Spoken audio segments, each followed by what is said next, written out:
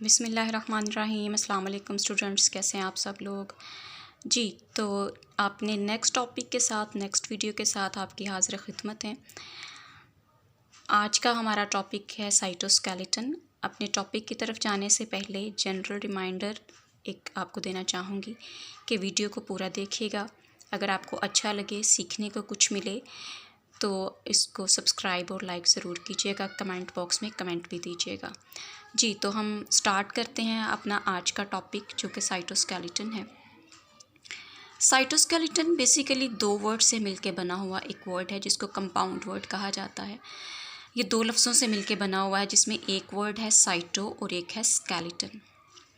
Cyto का मतलब होता है सेल, तो साइटोस्केलेटन का मतलब हुआ सेल का स्केलेटन, स्केलेटन ऑफ सेल जी। अब आप सोच रहे होंगे स्केलेटन का काम सेल में क्या है, तो डेफिनेटली जैसे हम पिछली टॉपिक्स में बढ़ के आए हैं कि सेल जो है वो एक लिविंग यूनिट है और इसमें लाइफ की सारी एक्टिविटीज़ चल रही होती हैं।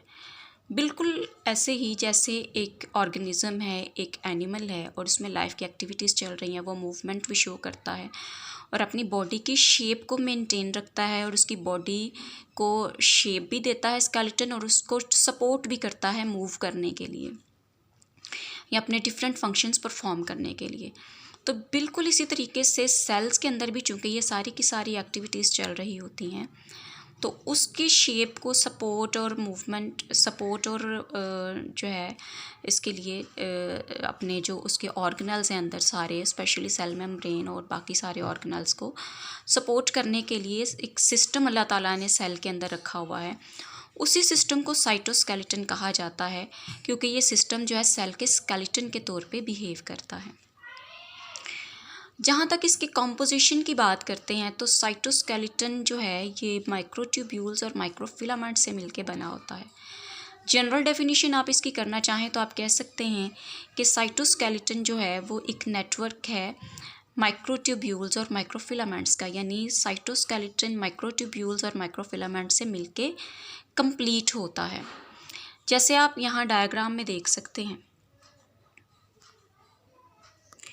आपको इस डायग्राम के अंदर ये कुछ पार्ट्स शो हो रहे हैं, जो कि ये आपको पर्पल कलर में दिखाई दे रहे हैं। ये माइक्रोट्यूब्यूल्स हैं जो कि थोड़ी थिक हैं, और आपको ये ब्राउन कलर में जो नज़र आ रहे हैं ये माइक्रोफिलामेंट्स हैं जो कि थोड़े थिन हैं।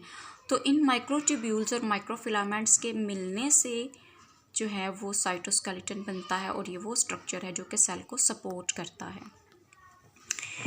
जी। तो अब अगर हम बात करते हैं माइक्रोट्यूब्यूल्स की, तो माइक्रोट्यूब्यूल्स जैसे कि हम डायग्राम के अंदर भी देख चुके हैं, ये थिक होते हैं और ये एक प्रोटीन के बने हुए होते हैं, जिसको ट्यूब्यूलिन प्रोटीन कहा जाता है। माइक्रोट्यूब्यूल्स ऐसी ट्यूब्स हैं जो थोड़ी थिक हैं और ये ट्यूब्यूलिन प्रोटीन्स की बनी हुई होती हैं, और इनका काम क्या होता है, to hold the shape of cell, यानी कि सेल की शेप को मेंटेन रखते हैं। ये सेल की शेप को चेंज नहीं होने देते। और इसके अलावा जो है माइक्रोट्यूब्यूल्स जो है वो इसमें जो प्रोकैरियोटिक सेल्स हैं, इसमें सीलिया और फ्लैजेला वगैरह जैसे बैक्टीरिया में फ्लैजेला पाए जाते हैं, उसको उसकी कॉम्पोजिशन में इस्तेमाल होते हैं, उसको बनाने के लिए माइक्रोट्यूब्यूल्स इस्तेमाल होते हैं। अब अगर हम बात करते हैं माइक्रोट्यूब्यूल्स माइक्रोफिलामेंट्स की, सॉरी मैं यहाँ पे माइक्रोट्यूब्यूल्स ही लिख चुकी हूँ दोबारा, तो ये माइक्रोफिलामेंट्स हैं। माइक्रोफिलामेंट्स थिन होते हैं और ये एक्टिन प्रोटीन के बने हुए होते हैं। ये भी जो है ये फिलामेंट की तरह बारीक होते हैं, इसलिए इनको माइक्रोफिलामेंट का नाम दिया जाता है।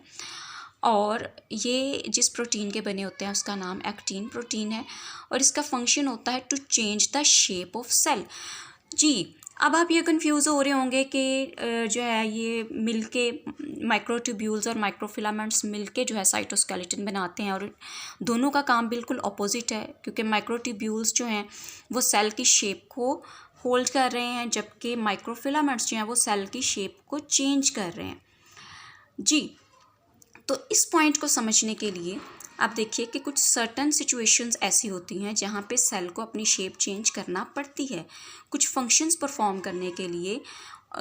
स्पेशली जैसे सेल रिप्रोड्यूस करता है जब, तो उस दौरान जो है सेल को अपनी शेप चेंज करना पड़ती है, क्योंकि न्यूक्लियस के अंदर चेंजेस आ रही होती हैं, बहुत सारी चेंजेस आ रही होती हैं, तो उसमें माइक्रोफिलामेंट्स काम आते हैं। जबकि कुछ सर्टेन कंडीशंस ऐसी होती हैं जहाँ पे सेल को अपनी शेप चेंजिंग के ख़िलाफ़ रद्द-ए-अमल शो करना पड़ता है, तो उन चेंजेस में माइक्रोट्यूब्यूल्स एक्टिव होंगे और सेल की शेप को चेंज नहीं होने देंगे।